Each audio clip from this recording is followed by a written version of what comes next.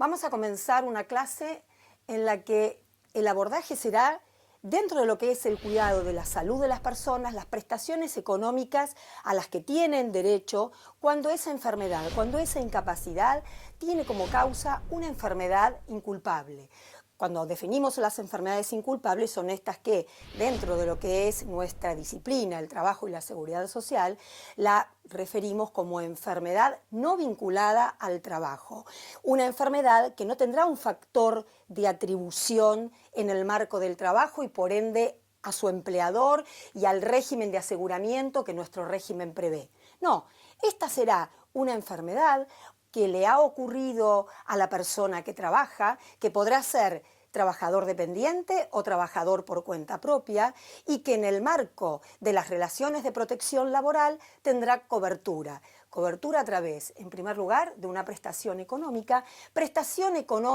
dineraria. Hablamos de las prestaciones que tienen su traducción en términos económicos dinerarios y que está prevista en nuestra ley de jubilaciones y pensiones. No solo en nuestra actual ley, sino en el marco de nuestros antecedentes normativos en las que siempre han tenido cobertura. Por supuesto que el establecimiento del sistema integrado de protección nos impone hacer relaciones, tener algún tipo de diferencia con respecto a aquellas otras que sí son culpables, teniendo en cuenta las enfermedades o el daño en la salud que puede llegar a producir el ámbito de trabajo en las personas. En este esquema vamos a hablar del retiro por invalidez. El retiro por invalidez como prestación de cobertura que cubre justamente la contingencia invalidez. Y hablamos de invalidez porque no es solamente incapacidad. Para que haya invalidez debe existir una incapacidad que tenga, luego de haber sido calificada, un piso de incapacidad del 66% o más. Si no hay un porcentaje de incapacidad que supere el 66%, no habrá invalidez y, por tanto, no habrá prestación económica que cubra esa incapacidad. A diferencia de lo que sí ocurre con el sistema de riesgo de trabajo, donde la incapacidad puede no ser invalidante, puede haber una incapacidad de tipo parcial y que le va a generar al trabajador beneficios económicos, beneficios en especies, que compensarán esta incapacidad no invalidante, además de las invalidantes. En materia de la cobertura de prestaciones económicas inculpables, necesariamente el trabajador tendrá que tener una incapacidad total. ¿Y por qué hablamos de trabajador? Aunque sea dependiente o trabajador que lo hace por cuenta propia. Y dentro de los trabajadores por cuenta propia, cualquiera de sus especies. El autónomo propiamente dicho o el pequeño contribuyente que está sometido al régimen que comúnmente conocemos como de monotributo. ¿Por qué? Porque nuestro sistema previsional es un sistema contributivo y si hablamos de cobertura en el sistema previsional tendremos que tener previamente el supuesto de ingreso de aportes para que pueda haber cobertura en materia económica. Además estará la otra cobertura, la de las prestaciones en especie, que asistirán a la persona en situación de trabajo que se incapacita en forma total, esto es, en forma invalidante, como lo son las prestaciones que le otorgará el régimen de salud a través de su régimen de obras sociales, que podrá estar brindado por la obra social nacional de los jubilados y pensionados o por aquellas obras sociales que subsistan durante la pasividad cuando así lo haya previsto el sistema de salud respecto de ellas. ¿Cómo son entonces los requisitos? ¿Cómo debe plantearse la contingencia para que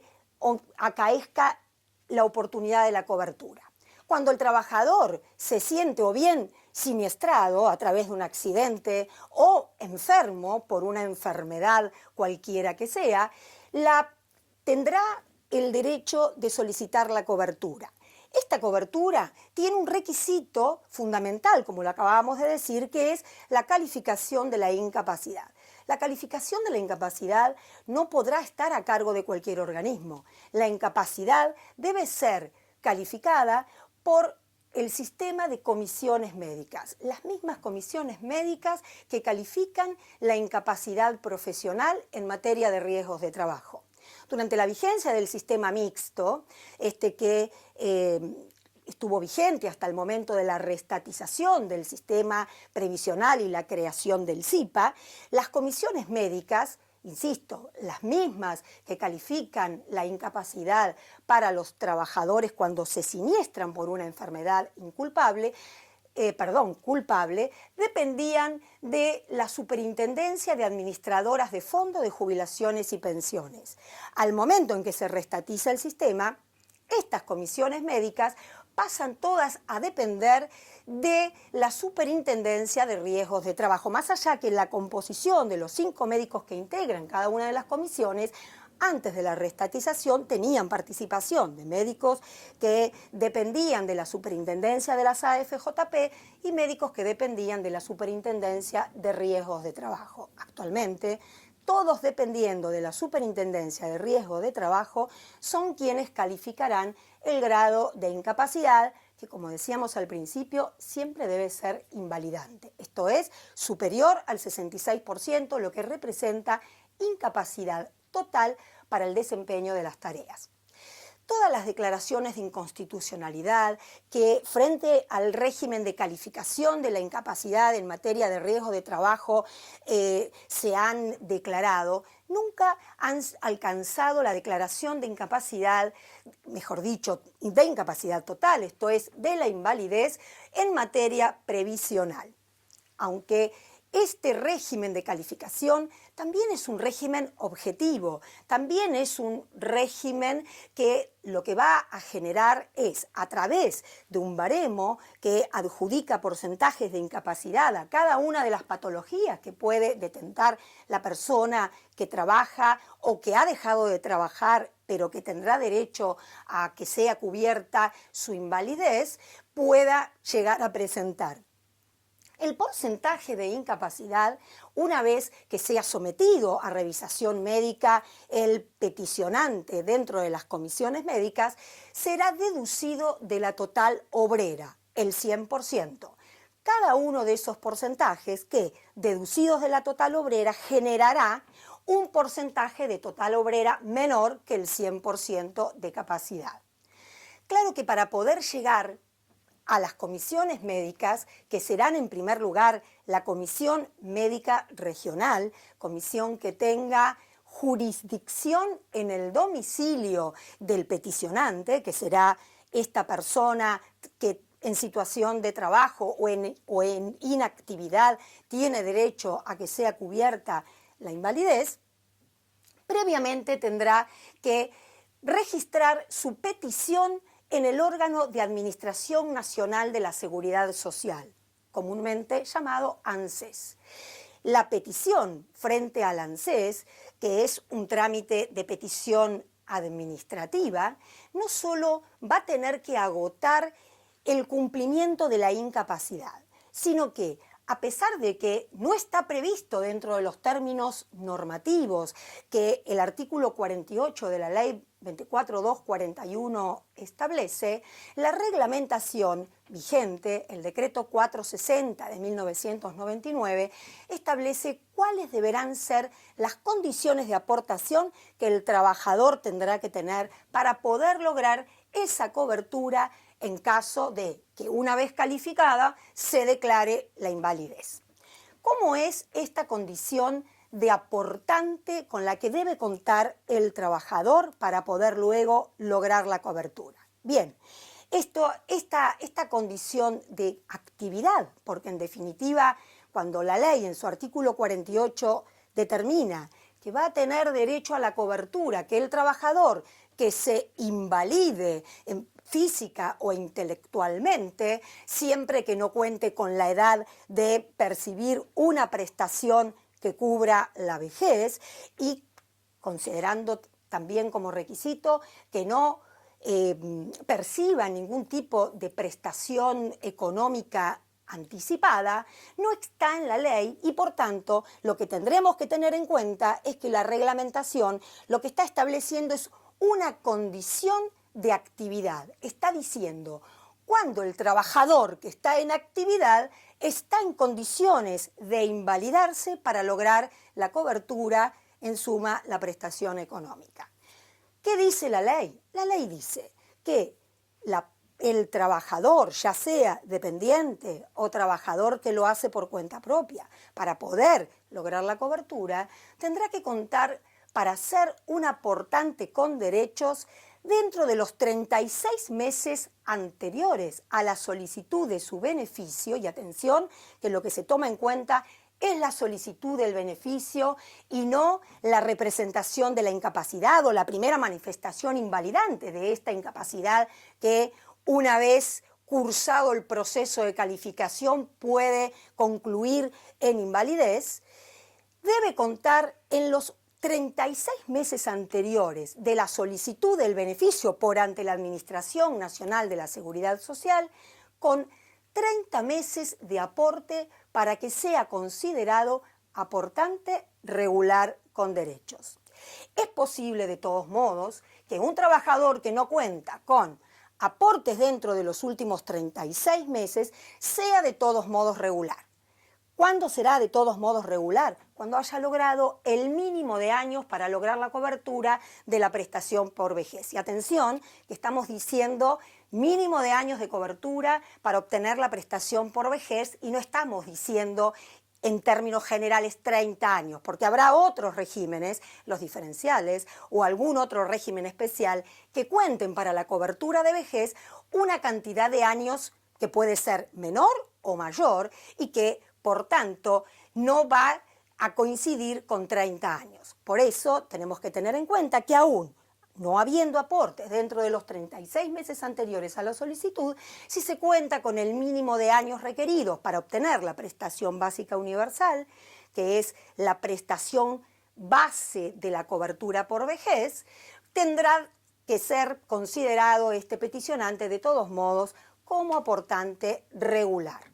Tendrá de todos modos derecho a percibir una prestación económica sobre la cobertura de la invalidez aquel trabajador que, aun no siendo aportante regular, se lo puede considerar aportante irregular con derechos. En este caso, el aportante irregular tendrá que tener dentro de esos 36 meses anteriores a la solicitud del beneficio por lo menos 18 meses con aporte. Aquí tendríamos que diferenciar lo que también tendríamos que haber expresado para el aportante regular, vale en esta ocasión, que los trabajadores en relación de dependencia tendrán que acreditar respecto de sus aportes que han trabajado, que le han sido detraídas las contribuciones y en caso de que el empleador no las haya ingresado, podrá demostrar de todos modos que han sido retenidas y por tanto probada la actividad, se le deberá reconocer esta condición de regularidad. Y en caso de los trabajadores autónomos o los trabajadores monotributistas, pero que engloban dentro de los trabajadores por cuenta propia, diremos que estos trabajadores deben haber ingresado los aportes en tiempo y forma. ¿Qué consideramos como ingresar los aportes en tiempo y forma? En tiempo, en la fecha de vencimiento, y en forma, la alícuota que corresponda por la actividad declarada. Resumidamente, entonces, los dependientes tendrán que acreditar que han trabajado y tienen que acreditar que se le han detraído los aportes. Los autónomos tienen un requisito a su cuenta que es el de haber ingresado los aportes en tiempo y forma. Será de todos modos aportante irregular con derecho, del mismo modo que ocurre con el aportante regular, aquel que no cuente con los 18 meses de aportes dentro de los últimos 36, pero que si cuenta con el 50% del mínimo requerido para cubrir la vejez, decíamos, para ser aportante regular, si no hay aportes dentro de los últimos 36, será aportante regular aquel que cuente con el mínimo de años para cubrir la vejez. En este caso, será aportante irregular el que cuente con el 50% de aportes para cubrir la vejez y un requisito adicional. Por lo menos 12 meses de aporte deberán estar ubicados dentro de los últimos 36 meses. ¿Por qué este recaudo? Porque lo que se quiere garantizar es que este trabajador que va a peticionar la cobertura en un sistema contributivo, aun cuando no pueda demostrar que está en actividad, porque no se encuentra en actividad, pueda demostrar que tiene una cercanía en el sistema contributivo respecto de la petición. Una aclaración que tenemos que hacer respecto de esta exigencia reglamentaria es respecto de aquellos trabajadores que en su historia laboral no cuentan con una historia laboral que les permita tener 36 meses de aportes para poder contabilizar este número de meses de aporte requeridos para poder ser considerado como aportante regular o aportante irregular. En este caso, lo que se tendrá en cuenta es la proporcionalidad de aportes ingresados en función al tiempo inicial de historia laboral que acredite. De todos modos, este recaudo reglamentario, que muchas veces con las ampliaciones que el decreto 460 de 1999 otorgó para poder generar una mayor inclusión en la cobertura de invalidez, no resulta siempre justo respecto de los diferentes modos de considerar los aportes ingresados en la historia laboral. Y esta situación ha sido llevada a la justicia y la justicia se ha expedido en reiterados casos. Vamos a mencionar uno para tener en cuenta, como para poder considerar como es un caso relevante en materia y reciente, como es el caso Luttenberg Héctor, un caso del Juzgado Federal de Primera Instancia número 6, en el que los jueces han determinado, fallo inicial luego confirmado, los jueces han determinado que es necesario atender a la razonable proporcionalidad de ingresos de aportes comparados con la historia laboral completa y con la posibilidad de ingresar aportes teniendo en cuenta la edad del trabajador. Porque la reglamentación que mencionamos, que hemos descrito de acuerdo a las previsiones del decreto 460, no siempre genera o da la solución que pueda contemplar esa razonable proporcionalidad medida respecto de la historia laboral del trabajador. Bien, con respecto a la situación de aportes, la hemos abordado en función de la situación de actividad, el planteo de la regularidad y normado en la reglamentación y los fallos judiciales que han venido a poner un poco de orden cuando la situación reglamentaria no es suficiente. Por supuesto que como en toda situación, porque obedecerá la necesaria situación de que quien no esté amparado con los beneficios de la ley lo deba peticionar judicialmente y obtener la propia declaración de inconstitucionalidad de la norma y la vigencia de la regularidad indicada por el juez interviniente. Respecto a la calificación de la incapacidad, decíamos que serán las comisiones médicas las que tengan que determinar si hay o no hay invalidez. Esa invalidez declarada de acuerdo a un baremo, la que acumulará porcentajes de incapacidad que se deducen de la total obrera, deberá ser individualizada en la Comisión Médica Regional y el dictamen de la Comisión Médica Regional puede o no ser favorable y por tanto podrá ser recurrido en un recurso que no debe ser fundado, simplemente reflejará la queja de quien recurre, queja que podrá presentar el órgano de administración, esto es la ANSES, si considera que el dictamen ha sobrevalorado la incapacidad, o el dictamen que no declara invalidez y por tanto será el afiliado trabajador quien lo recurra. En este caso, tomará intervención la Comisión Médica Central. Los dictámenes de la Comisión Médica Central, órgano de revisión de la Comisión Médica Regional, podrán, dentro de los estudios médicos que el presentante haya cursado, tendrá la posibilidad de pedir más estudios médicos para profundizar la situación de análisis médico y determinar si la incapacidad se ratifica, ya sea sobrevalorando en términos del perjuicio que pueda haber entendido la Administración Nacional, o en caso de que el afiliado considere que no se ha valorado debidamente su porcentaje de incapacidad. El dictamen de la Comisión Médica, como tal, es un instrumento que agota vía administrativa y que, una vez notificado, también podrá ser recurrido por ambas partes, por el afiliado o por la ANSES, ante la Cámara Federal de la Seguridad Social en un mismo plazo. Una consideración a tener en cuenta: si bien este recurso, que ya como toda pieza judicial deberá ser fundada, se presentará ante la Comisión Médica Central, atención, que este plazo es para que intervenga un órgano judicial, como lo es la Cámara Federal de la Seguridad Social, y los plazos ya no serán hábiles administrativos, sino que serán hábiles judiciales. Este es un dato de máximo interés, en tanto un dictamen de Comisión Médica Central notificado durante las ferias invernales o estivales de la justicia deberá ser interpuesto dentro del 5º día de notificado, en el plazo de los 5 días de notificado, porque podría ser desestimado por extemporáneo.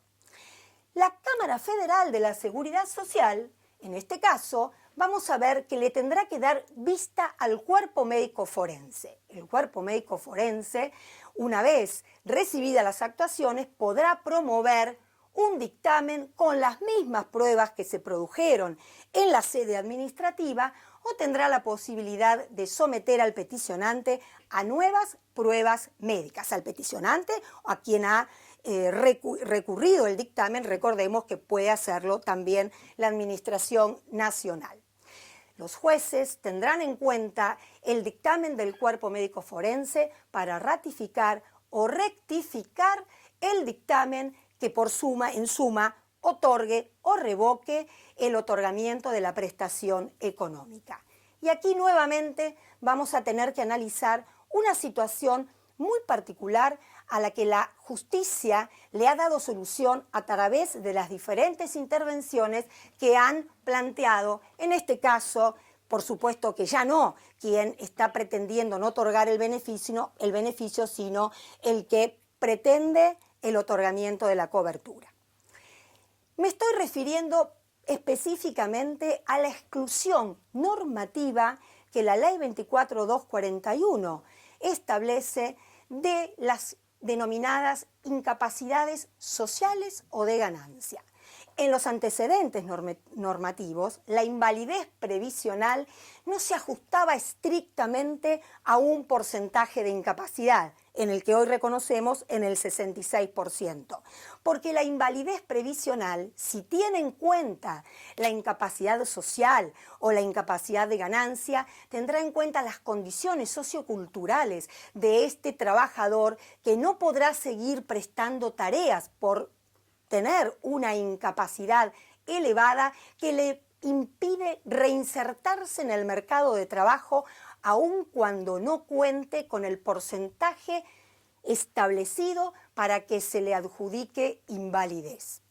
Cuando la Ley 24.241 en su reglamentación, además, advierte la exclusión de la incapacidad de ganancia, ha incluido lo que se denominan factores de compensación. Los factores de compensación lo que tienen en cuenta son justamente estos factores que están por debajo en el principio que subyace a la incapacidad de ganancia, que son la elevada edad y este nivel cultural o nivel de aprendizaje alcanzado en la actividad educacional formal. En este caso, los trabajadores que tienen un factor compensatorio a tener en cuenta podrían llegar a adicionar algunos pocos puntos que se le sumarían al verdadero puntaje invalidante otorgado por el baremo como consecuencia de la aplicación de la detección de la incapacidad. La incapacidad de ganancia tiene un principio mucho más amplio, más integral respecto de la posibilidad que el trabajador tiene de reinsertarse en el mercado de trabajo. Con lo cual, y aquí por eso lo ubicamos dentro de esta etapa de la calificación, que es en el momento de la intervención de la justicia a través de la Cámara Federal de la Seguridad Social, el órgano judicante tendrá la posibilidad de no ceñirse al porcentaje de incapacidad otorgado o por la comisión médica o por el cuerpo médico forense y ponderar las situaciones de contexto que demuestren que este trabajador o trabajadora que no tiene el 66% de incapacidad, pero que cuenta con un porcentaje que puede estar entre el 45, 50, 55% de incapacidad, aún lejos del que el baremo consideraría como invalidante, le otorga incapacidad previsional porque se considera que este trabajador no está en condiciones de proveerse a través de una labor alternativa la sobrevivencia que el trabajo le otorga a través de la detección de este porcentaje de incapacidad. De modo que la jurisprudencia en materia de invalidez y en todas las áreas, obviamente, pero específicamente en el tema que estamos refiriendo, tiene un papel fundamental y preponderante en la realización de los derechos que la Ley 24.241 ha restringido respecto de sus antecesoras, leyes 18.037 y de 18.038, en la que las condiciones de cobertura eran más amplias respecto de la estanca determinación que determina el baremo y la exclusión de la incapacidad de ganancia. Una vez sorteados todos los recaudos de otorgamiento de la prestación, el trabajador tendrá derecho a acceder a la prestación de cobertura que se denomina retiro por invalidez. Veremos que como este sistema es un sistema que a lo que apunta en su sistema integrado es a la recalificación y a la rehabilitación de aquel trabajador que se encuentre incapacitado, otorgará, aun cuando la incapacidad sea una incapacidad de aquellas que clínica o médicamente pueden llegar a ser irreversibles, siempre se otorgará un retiro transitorio por invalidez. Este retiro transitorio por invalidez es un retiro transitorio que tendrá un plazo de 3 años, el que podrá ser ampliado por 2 años más. La comisión médica, cuando determina que se ha detectado invalidez y por tanto ese dictamen será presupuesto del otorgamiento de la prestación económica, debe fijar el plazo de reexamen. Plazo de reexamen que está previsto en el artículo 50 de la Ley 24.241. En el reexamen, justamente, el que operará a los 3 o a los 5 años, depende de la incapacidad que se haya detectado. Si la incapacidad es irreversible, seguramente la comisión médica indicará que el reexamen se haga a los 3 años porque se prevé que no habrá posibilidades de rehabilitación de la incapacidad detectada. Con lo cual, operado la segunda junta médica en un proceso de calificación que tiene las mismas características que el proceso de calificación inicial, con el nuevo dictamen, el afiliado tendrá acceso, si es que se ratifica el porcentaje de invalidez, a una prestación de retiro definitivo por invalidez. Pero atención, que si hubiera operado una rehabilitación, ese beneficio puede ser dado de baja, en tanto el porcentaje de incapacidad no alcanzará el porcentaje invalidante que oportunamente se había reconocido en la primera calificación y que dieron lugar a la percepción del retiro transitorio por 3 o por 5 años. Este dictamen, que puede llegar a ser adverso tanto para el afiliado que toma conocimiento que se le dará de baja el beneficio o para la Administración Nacional, que será quien lo tiene que otorgar, también podrá ser recurrido y se repiten en esta etapa las mismas acciones de impugnación que mencionamos para el primer dictamen. Dentro de los 5 días de notificado, un recurso a la Comisión Médica Central. Una vez notificada del dictamen de la Comisión Médica Central, un recurso ahora fundado a la Cámara Federal que podrá reiterar las mismas condiciones y teniéndose en cuenta las mismas alternativas que mencionamos en la etapa anterior. ¿Qué va a cobrar la persona? ¿Cuál será el monto de la prestación y cómo se calcula? Bien, aquí va a tener incidencia en el cálculo de la prestación lo que se denomina ingreso base. ¿Qué es el ingreso base? El ingreso base es un promedio de remuneraciones y o rentas de referencia. Ahora bien, este promedio, que es el que permite considerar el ingreso base sobre el cual se va a calcular la prestación de cobertura,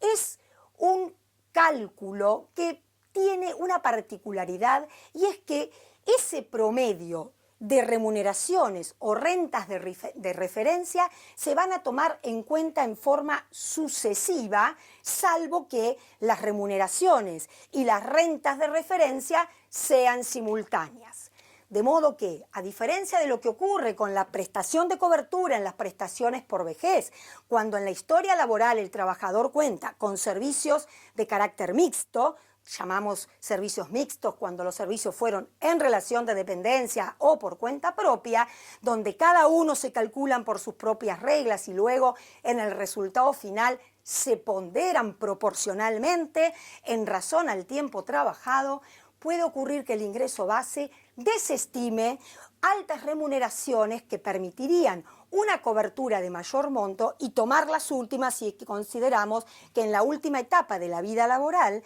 en los últimos 60 meses de trabajo, este trabajador ha decrecido en su nivel remuneratorio dependiente o tiene una actividad por cuenta propia por la que tiene un aporte siempre menor.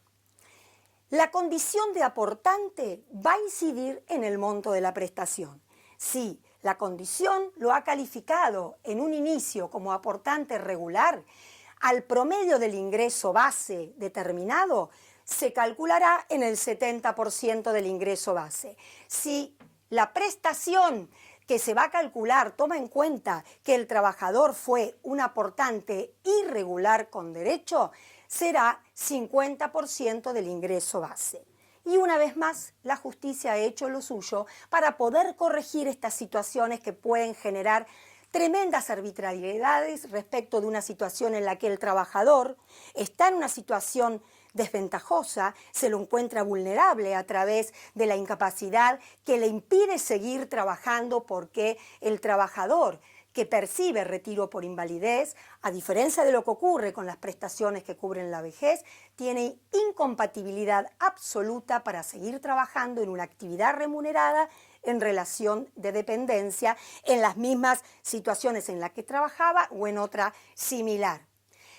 La justicia, en un caso ya de la Corte Suprema, en el caso Vergara, en el que si bien llega a estudio de la Corte, no en un caso de invalidez, sino en un caso de pensión por fallecimiento, pero donde las reglas que subyacen al otorgamiento son las mismas y por tanto se hacen extensivas, y esto no es interpretación, lo dice la propia Corte en su fallo, determinan que si el trabajador demuestra un ingreso de aportes proporcional, en este caso que estamos hablando de invalidez, por más que en los últimos 60 meses haya sido un trabajador que cuenta con servicios de menor monto o servicios que como por cuenta propista le otorguen un promedio de ingreso base menor, si puede acreditar que ha ingresado el mínimo de años requeridos para cubrir la vejez otorgando un porcentaje de cobertura que hubiera sido mayor, se le deberá hacer efectivo y en suma entonces reconocerle ese mayor esfuerzo contributivo que ha hecho en su historia laboral y compensar la insuficiencia de la prestación que, considerando en el ingreso base las últimas 60 remuneraciones o rentas de referencia, puede ser verdaderamente dañosa en la economía del trabajador. Con esto finalizamos prestaciones económicas en sistema previsional con el retiro por invalidez. Muchas gracias.